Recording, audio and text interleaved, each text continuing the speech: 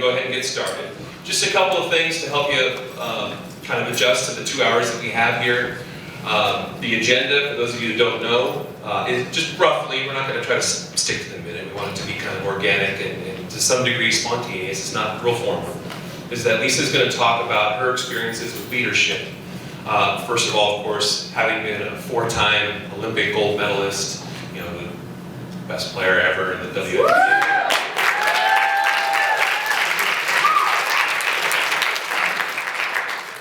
Pioneer in many respects, both on and off the court.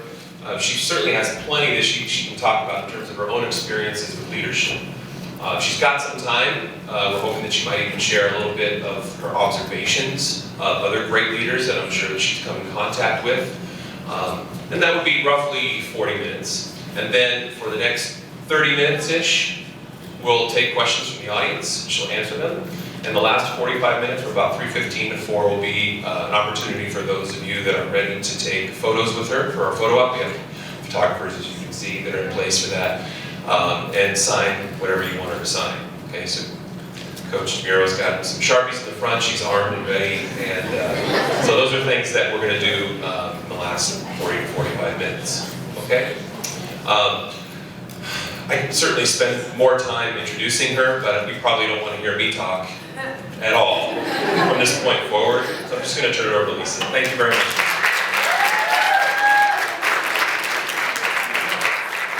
Well, I wish oh wow, the room's not that big. I wish I would have gotten a memo that we were going to just wear our sweats, because I would have had mine on too. And my Uggs and relax, because you guys probably don't know, but I am 3 months pregnant, so I have the chair because I probably can't stand that long, because it gets a little heavy after a while. But this is always a pleasure when I have the opportunity to come out and speak to any of the youth. I feel like it's my duty, it's my obligation to be able to give back. And I remember what it was like being in high school and sitting where you are and having speakers come out and speak to us and to inspire me. And I would always listen. It actually started back when I was in the 2nd grade. A man came and spoke on Career Day, and he had us sing this really silly song at the time, but it was like, I'm somebody special, especially special, and there's nobody exactly like me. And I thought, oh yeah, I'm special. That's me, you know. And so I really believed when, you know, this man spoke about this when I was in the 2nd grade, and it really stuck with me because I had no idea that I was going to be 6'5". I know some of you guys haven't gotten there yet. I was actually tall all my life. I was 6 foot in the 6th grade. I know some of you guys still haven't gotten there yet. I wore a size 12 shoe when I was 12 years old. And I know a lot of you don't want to get there. Because, you know, as a girl, it's not easy finding shoes. And I actually prayed a whole lot. And finally, you know, I'm like, God, stop. I ended up wearing a size 13, and luckily Nordstrom's goes to 13. Or I don't know what I would do. And then being 12 and wearing a size 12 shoe, people would say, Lisa, act your age, not your shoe size. Oh, that's right, they're the same.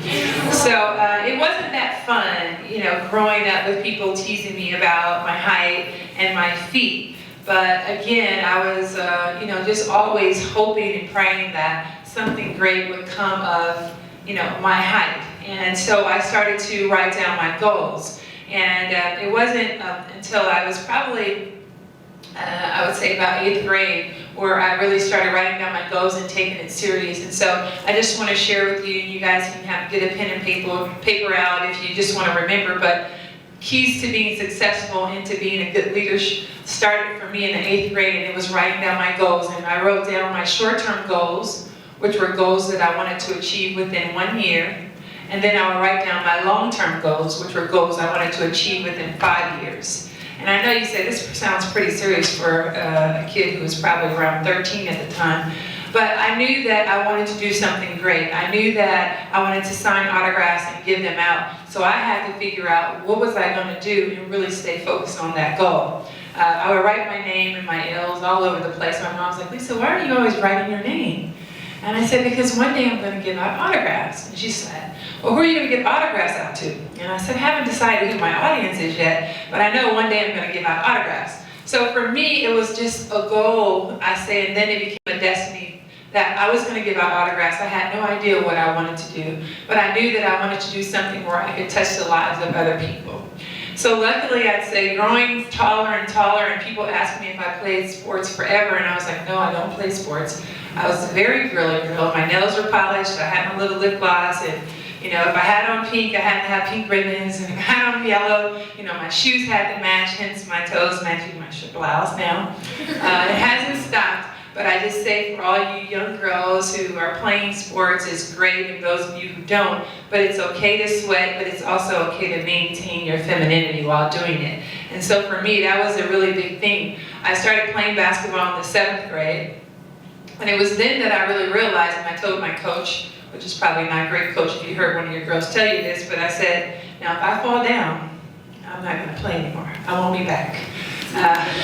Because at that time, we didn't have gymnasiums like you guys have, I'm sure. We played outside on the concrete, kind of like, you know, in the back on the playground. So when I was out there playing in the 7th grade, luckily I didn't fall down. Our team went 7-0, and I got my first trophy. And when I got that first trophy, I knew this is what I want to do. It was all about winning for me. I've been very competitive all my life, but I didn't really realize that it would be a sport that would take me around the world, and for me to be able to learn and speak different languages and just completely have an opportunity to leave my own city and my family and travel the world. So for me, basketball became my vehicle. That was my way for me to get out and to travel, but I never lost focus of my goals. And what I would do was every year I'd write down these goals or short-term goals of what I wanted to achieve within 1 year, and I would put down the grade point average that I wanted. I would put down how many points and rebounds I wanted to score, what I wanted to do in 5 years, which was obviously, probably for most of you, is figure out which college you want to go to, which colleges you want to apply to. And then I would write down my furthest goal, which 5 years just seems so far when you're, you know, in high school. And even for you seniors, 5 years is, you're graduating, hopefully, you know, on time, and that's if you're going full time. So for me, 5 years seems so far in distance, but I was like, well, I wanted to be a broadcaster. I wanted to be a commentator. That was my ultimate goal. And so what happened was I applied to several schools, but by the time I got to my senior year, I'd been playing basketball so well, and I became nationally known that the schools were applying to me. So I got letters from about 250 schools across the nation offering me scholarships. But again, because I had written down my goals and I stayed so focused on the type of student athlete that I wanted to be, it really helped me to have those opportunities.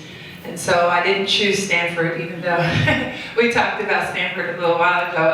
I chose to go to USC, so I am a Trojan. Fight on for all of you who really would like to end up there. It's a great university. And sorry, Coach, because I know you went to UCLA, and if you can't get into our school, UCLA is always available. Well, you'll learn as you become a Trojan. You always got to take shots at any bruise you get. So that was my shot for you, Coach.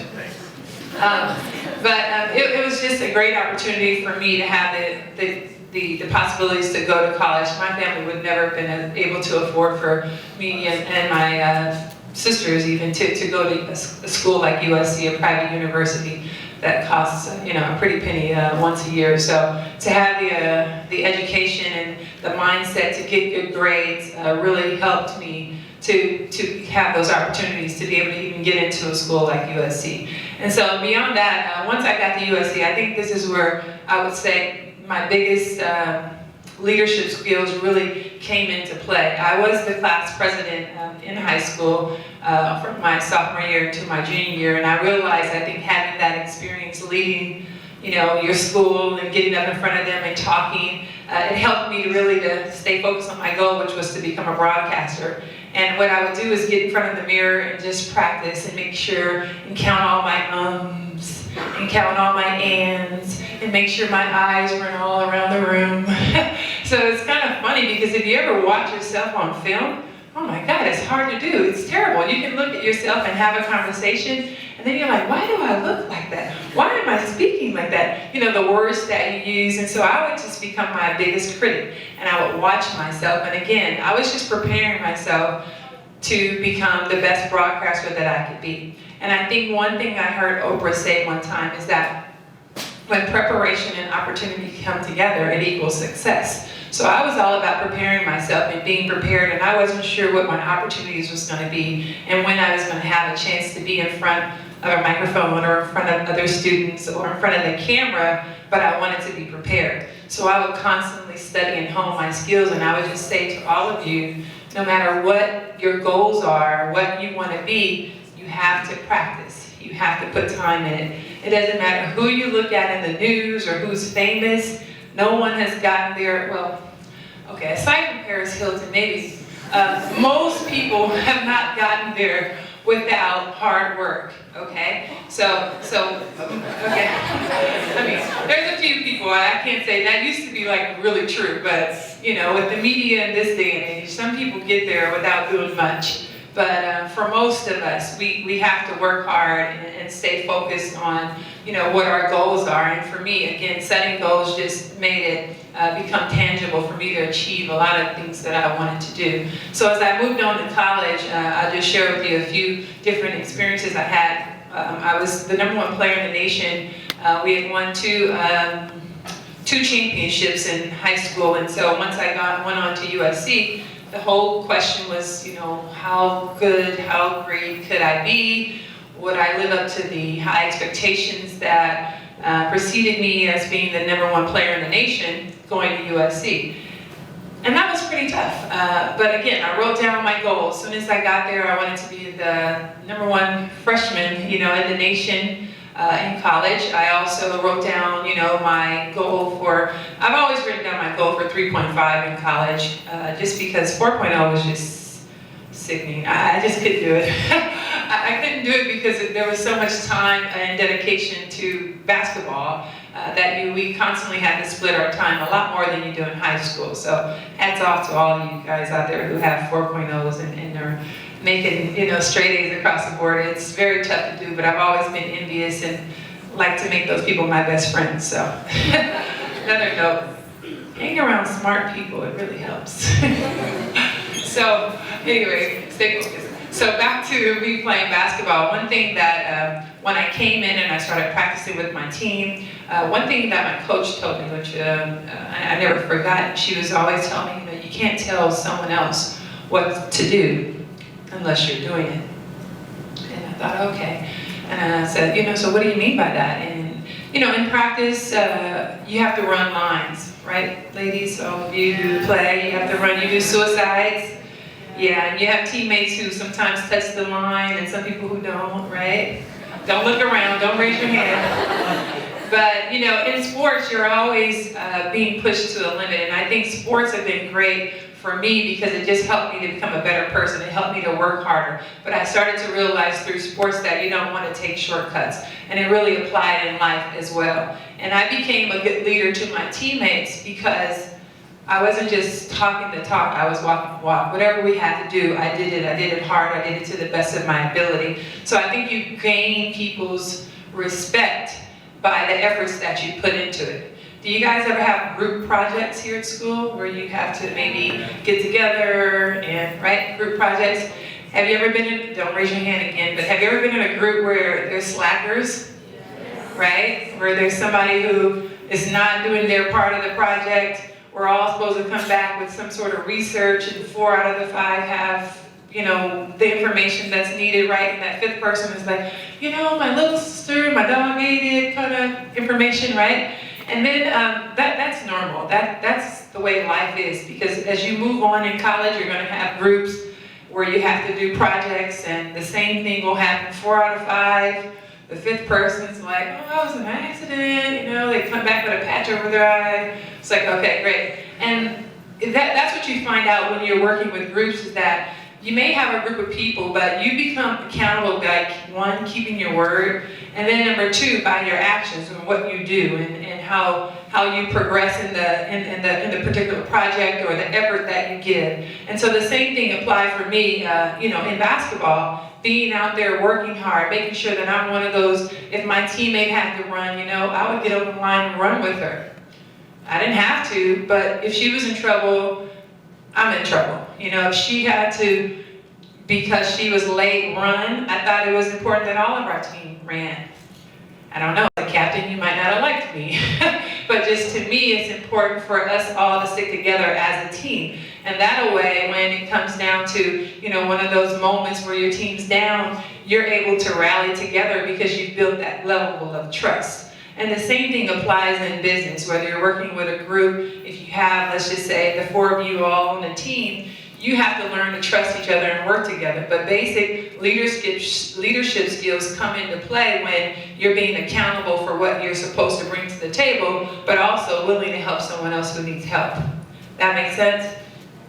And then I would say just the last thing is sometimes making a sacrifice to do a little bit more than what was asked of you. And I think for me, playing basketball again, I've gone the extra mile by diving after a ball that I probably couldn't get. But I would dive after just to inspire, hopefully, my teammates to see that I want to win this game and I want that ball every single time. And sometimes you have to learn to be inspiring to other people as a good leader. That makes sense? So for me, I would just look at the big picture as a leader and the way that it correlates with sports, especially for all you young ladies who are here who play basketball. You may not go as far as I have, as far as playing professional basketball or being in the Olympics, but it's a great opportunity to play a sport because sports are so much like life. You have to learn to be a good leader. You have to also be a good follower. And so for me, it's just been an awesome opportunity, like I said, to play this sport, but also to apply everything that I've learned in this sport to life, because they both go hand in hand. So a little bit more about my career, though. Once I played at USC for my 4 years there, we won the Pac-10 championship, which is the most that we had won. And of course, my goal every year was to win a national championship, and I would cry forever every summer because we didn't achieve that goal. But I say that to say, sometimes when you set these goals and you reach really high, you may not reach them all. But because you've set these goals, you've been so focused, you're more likely still to end up at a very good place, as opposed to saying, I really want to be. In fact, let's ask that question. What is it that you guys aspire to be? Anybody want to just raise their hand and kind of share what their goal is? And not like you guys are 7 or 8 and like, I want to be a doctor, but I mean, you guys are older now, so what do you want to do? Anybody? Nobody, huh? All right. Oh, okay. Is it Dave? What? Which one? Brandon. Brandon, sorry, Brandon. I want to be chairman of a company on the stock market. Oh, stock market. Okay, nice. I like that. I want to be a public relations specialist. All right. PR in any particular field? You don't know yet? PR is great. Okay, yes. I want to be a therapist. A therapist, sports therapist? No, just a therapist. A therapist, like oh, okay, all right. Be careful what you guys say to him, all right? Okay. The head of tour marketing for Interscope Records. Oh, so you want to work for that particular company. Yeah. Why Interscope? I think they have the best artists available. Nice. See, what I love about the new age people, which is all of you guys who've grown up with the internet, right? Pretty much all your lives. So you guys are just like so far advanced, because usually people would just say things like back when I was little. We just think, oh, we want to be a doctor or a lawyer. We have no idea. We've never researched it. We don't have any ideas. You guys have specific ideas, and that's what I love about education, because we're all learning so much information, and you guys have you have access to so much information at your fingertips that you can research and learn and basically study and practice to be anything that you really want to be. And that's the beauty of having this opportunity to have your education and to move forward. Anybody else? Yes. Talent agent or sports agent? Sports agent. That's nice. I have one. You're looking for representation. We all need one. You get 3 to 10%. 10% for any contract you get outside of the athlete actually playing on the court. 3% of their contract. It's a great job. I pay mine all the time. I'm like, man, why she get so much? Anybody else? Yes. I want to be a vet. A veterinarian? Yeah. Okay, perfect. I have like a lot of different things, but I think about environmental science. Environmental science, awesome. Well, I just say that to say it's important for you guys to write these things down. And just know, because you're young, it may change. But one thing that my mom told me, a word of advice a long time ago, is do something that you would do for free. Because you want to enjoy your job. And make sure that you're doing something that if you said, hey, to be a therapist, because that's a lot of work. Might be a little nosy, like to know people's business, you know, a lot of information. But would you do it for free? Would you enjoy it? And those are the types of questions you want to ask yourself, whatever it is that you choose to do, whatever major you go into college. And then there's also some people who are just undecided. So I would suggest anybody who's undecided, choose business. Business is a very good undergrad major because it helps you, it gives you a little bit of everything, and anything that you decide to go into in the future, pretty much if you understand how to do a business plan, you can be successful and learn to run your own business doing anything. So that's something that I didn't know when I was in school until I went back to school and got my master's in business, and then I'm like, oh, I could have done that all this time. But I chose communications because again, I really wanted to be and want to be in front of the camera, and I just had 2 interviews, one with Fox and one with CBS, which went really well. So you guys will be seeing me. You'll be seeing me on television, and my point is not to brag, but it's just that I've been writing this down since I was in the 8th grade, 9th grade, and it's been really amazing to see I've achieved almost everything that I've written down. And yeah, maybe I should write down things about, you know, doing more, but it's really been about doing things that I've been passionate about. Again, another goal that I had, and I didn't know that I was going to play basketball because basketball was not my first choice as far as my goals that I'd written down, but once I started playing, I knew I have to use basketball to get further. So I was able to live in Italy. I've lived in Russia. I do speak Italian. My Russian is not very good, just because the language is so hard and it's too cold to be outside, you know. You don't get a chance to socialize as much because there was a lot of snow. But I've just had the opportunity to go to Cuba, Australia, China, Japan.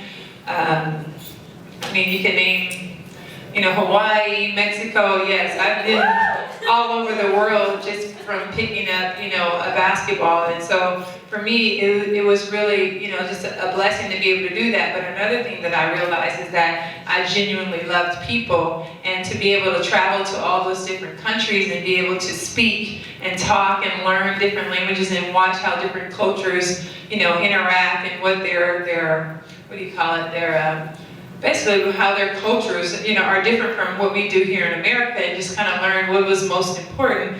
It really helped me and opened my eyes just to the world. And I mean, obviously we study the world in classrooms, but to be able to see the world, you know, was a lot different for me. And so once I was able to do that, and I was able to share with my mom and my family, and just kind of explain to them, like, well, what's going on in China, you know, it was different. And then, again, another goal that I had was to play in the Olympics. I got a chance to play in the 1996 Olympics, which was here in our own country, in Atlanta, Georgia. I won my first gold medal, and I retired, so I thought, from basketball. I went and signed a modeling contract in New York with Wilhelmina Models, and that was it. And then the WNBA was launched a few months later, and I thought, oh, okay, well, I'll play in the WNBA this summer when I come back home to Los Angeles. And who knew that we would be playing in the same arenas as the Lakers and right there at the Forum, and just have first-class opportunities to play here in our country. Because you may not know, but in other countries, women's basketball does very well. They are in Russia and in Italy and in Spain and Germany, a much better support than what we had had here in the U.S. before the WNBA. So once the WNBA began, I thought it would be probably like a summer league. Maybe we'd wear reversible jerseys or something, you know, very, very low key. I had no idea we would, you know, have television contracts and actually make money playing a sport that I really did love. So I did come out of so-called retirement, and I modeled part-time, and I played basketball. And then I started to write down my goals, and I wanted to play in more Olympics, and I loved it. And it was such a platform to be, again, a role model, that I then talked to the league and I said, you know, I would love to be the spokesperson. And that was, again, me taking the initiative to say, hey, if we're going to play in this league, I want to be the leader. I want to be the